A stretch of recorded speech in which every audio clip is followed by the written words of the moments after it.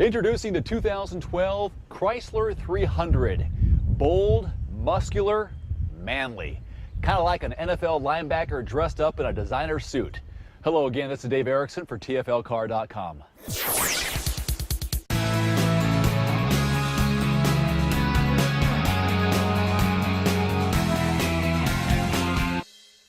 All right, listen to this. Chrysler is giving you two engine options when it comes to the 300.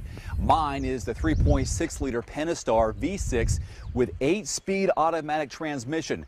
More on the 8-speed in just a moment when it comes to fuel efficiency. This engine produces 292 horsepower and 260 pound-feet of torque. For an extra 10 grand, you can get the 5.7-liter Hemi V8. And for that extra 10 grand, you'll buy yourself 71 more horses and more bragging rights. But for the sake of this review, I am very excited about this engine and what the 3.6 can do.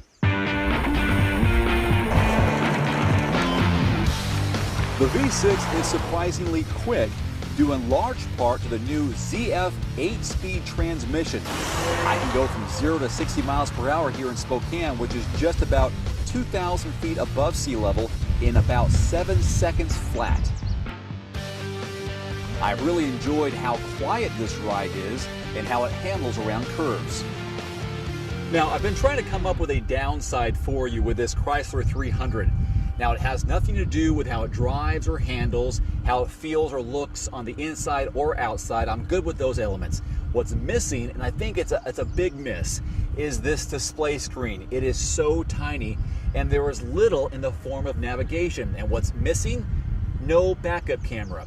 So I have no idea of how close I'm getting to a curb or car behind me, no alerts or lights in the side mirror. So to me, that is the biggest miss of this Chrysler 300.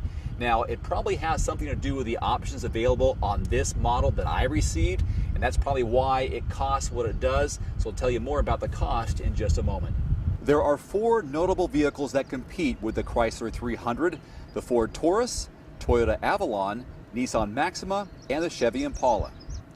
Being one of the largest cars that Chrysler builds, the 300 certainly has plenty of space both here in the front and here in the back. I have no question you can seat 5 people here in a pinch, but more importantly, in relative comfort. I've got lots of legroom behind the driver and behind the passenger.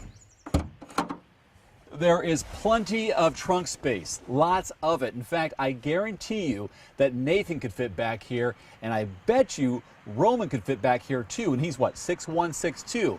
The V6 does surprisingly well sipping gas, especially on the highway for such a big sedan. Once again, due to the inherent efficiency in the new 8-speed transmission. It's rated at 19 miles per gallon in the city, 31 on the highway, and I've got a combined 25 miles per gallon overall, which is not bad for a car that weighs just over 2 tons, 4,126 pounds. Now, if you opt for the 5.7-liter Hemi V8, you're getting 16 in the city and about 25 on the highway. As I mentioned earlier, the larger engine for the Chrysler 300 will cost you an extra 10 grand over the base price of the 3.6-liter, which is just over $27,000. And to me, that's a really great value for a large American sedan like this. Lots of upsides, which I've discovered over the last week. For me, I really do enjoy the style and look of this car. At first, I did not. When I received it, I was a little put off, but I think over a week's time, and I think that says a lot, this car grows on you. I love the style. I think the luxury is on the inside and out, so it's a full package deal. Plenty of space inside for 5 adults for road trips or just driving around the city. Again, it's a great value for an American car, $27,000. I can see something like this in my driveway in the near future. Until next time, this is Dave Erickson for TFLcar.com.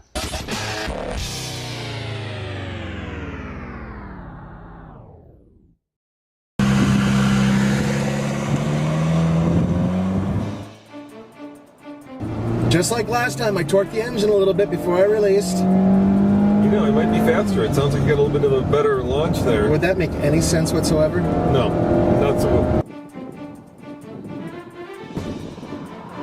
That's about the same. So apparently, hitting the econ button has very little effect on the car's 0 to 60 performance. Wouldn't you say? I would definitely say so. And by the way, guys, the one thing about this engine, it doesn't peak in horsepower until you get to 7,000 RPM, which is redline. So you got to rev its nuts off in order to get that power.